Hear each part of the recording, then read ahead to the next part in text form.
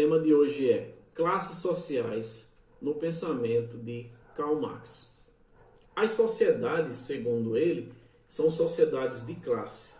Então, em qualquer sociedade encontramos um sistema de classes, ou seja, um sistema onde há grupo dominante e grupo dominado.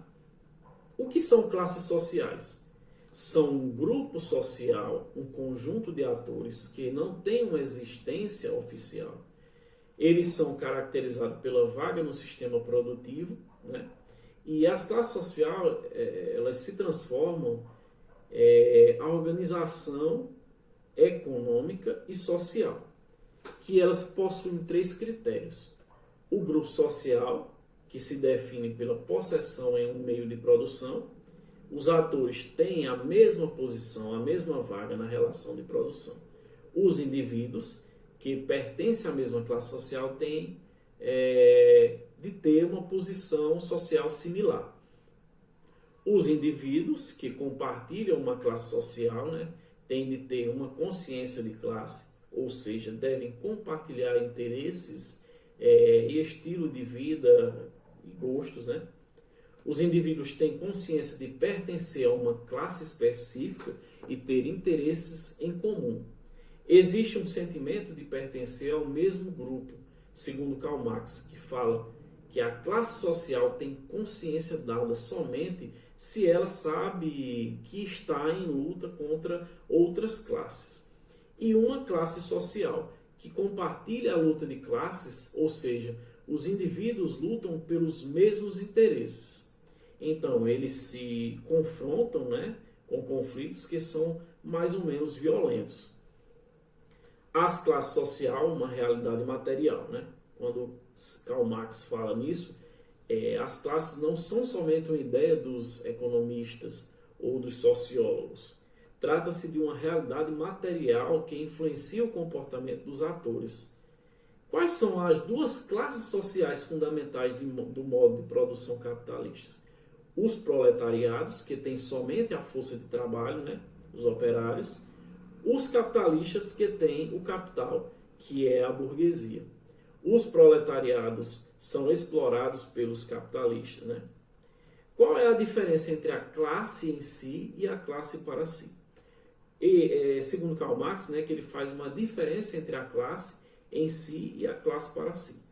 No caso da classe para si, o grupo sabe que tem aspirações e oposições em comum. O grupo tem consciência de ser uma classe, né? E tem uma consciência da importância dos interesses de classe. Nesse caso, eles podem fazer movimentos coletivos de reivindicação e ter uma identidade de classe. A classe para si é diferente da classe em si. Segundo Karl Marx, a classe em si corresponde à vaga no processo de produção. E a classe para si tem consciência dela. A classe em si não tem necessariamente esta consciência. Não se dá conta de pertencer a uma classe, comparado à classe para si.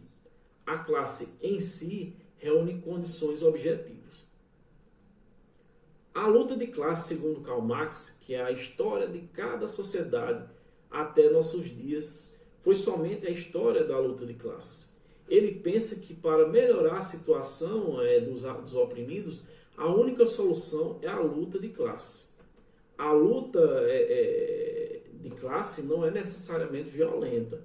Porém, para que uma classe pudesse existir, o grupo ele deve ter consciência da luta, ou seja, ser uma classe para si. Então, segundo Karl Marx, a luta de classes é o motor da história. O esquema. A exploração do proletariado pela burguesia, que é a tomada da consciência da exploração, a organização progressiva e o derrube do capitalismo, a começo de uma sociedade sem classe, sem conflito, que seria o final da história. O que não esquecer? Que as classes sociais elas têm três critérios: possessões de um meio de produção, consciência de classe e capitalistas. Classes sociais seriam os proletariados, né, e os capitalistas. A classe em si e classe versus classe por si, que é um grupo que tem consciência de ser uma classe. E a luta de classes, que seria o motor da história. Beleza?